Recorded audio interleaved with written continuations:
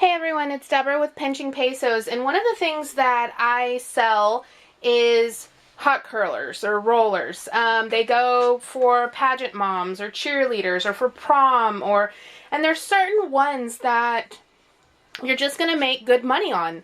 Remington tight curlers. This is a Remington set that's actually more similar to the Conair set that looks a lot like this one that I broke. Clairol 20s. These are going to sell for $30. I sell them for $29.95. Free shipping. You can put them in a regional A box if you package them really nicely. Otherwise, you can ship them FedEx Smart Post for less than $8.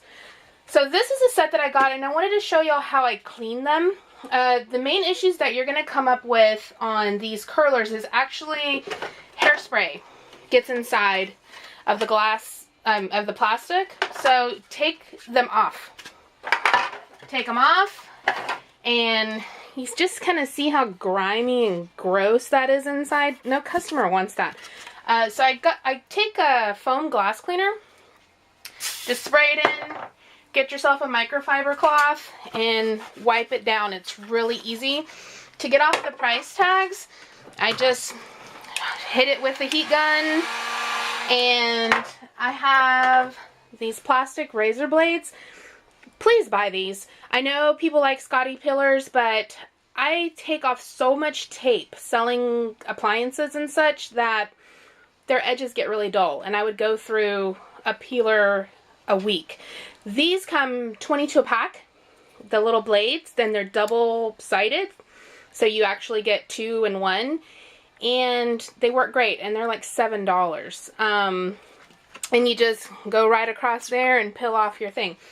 Now, for the little sticky residue, I use Goof Off. I know people like Goo Gone.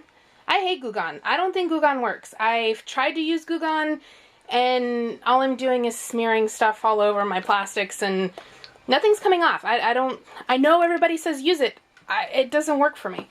So I use Goof Off. The thing about it is, with Goof Off, you need to make sure that you do not spray it directly on your items.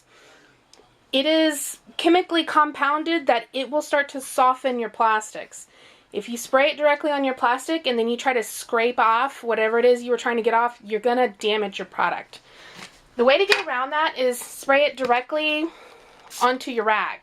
Then you take that part and quickly put it on whatever residue you're trying to get off, and done. Don't leave it on there. Don't set it there, and don't spray it, because you'll end up with speckles on your plastics. You don't have to worry about that with glass, but you do need to worry about that on your printing. Do not wipe your printing. It will wipe your printing off. It's an amazing remover, but it'll remove everything. So just be careful, but I swear by it. Once you figure out how to use it, it's amazing, and it only takes like 2 seconds to get your stuff off. Okay, so another thing you have to do with curlers is they get hair inside. It's gross. I don't like touching other people's hair. It's just, I don't know. It's just one of those things that is disgusting to me. What I have is, I've got this handy dandy little vacuum here.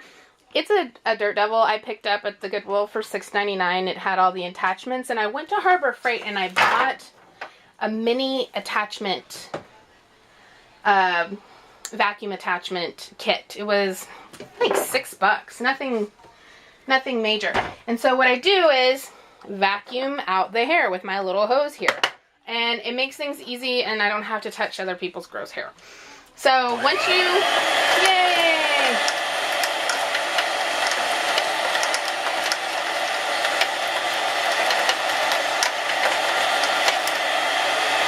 Alright, so once you get it all vacuumed out, then I just take the same thing. I take window cleaner, or you can take vinegar. One thing I learned is that you don't want to spray it down with any harsh chemicals. What that's going to do is it'll leave a residue on the metal, and when your customer first heats up these curlers, Sorry, that's my dog.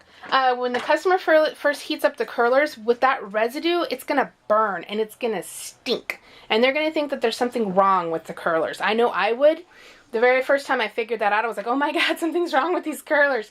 And it was just the cleaning residue that was stuck to it. So to make sure, if you are going to use a cleaner that, you know, has chemicals in it, that's not like a vinegar based or, you know, a window cleaner type thing, make sure you just heat them up. Heat them up a full cycle before you are going to sell them. So that way it'll kind of burn off the chemical smell.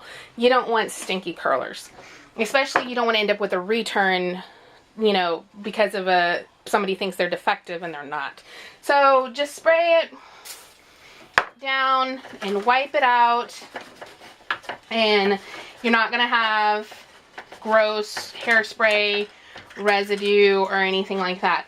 Another thing, you just want to check your curlers. Most of the time they're clean. The only thing that you're going to come up with is residues. And so what I'll do is just spray them down and hit them with a toothbrush or any type of, you know, brush.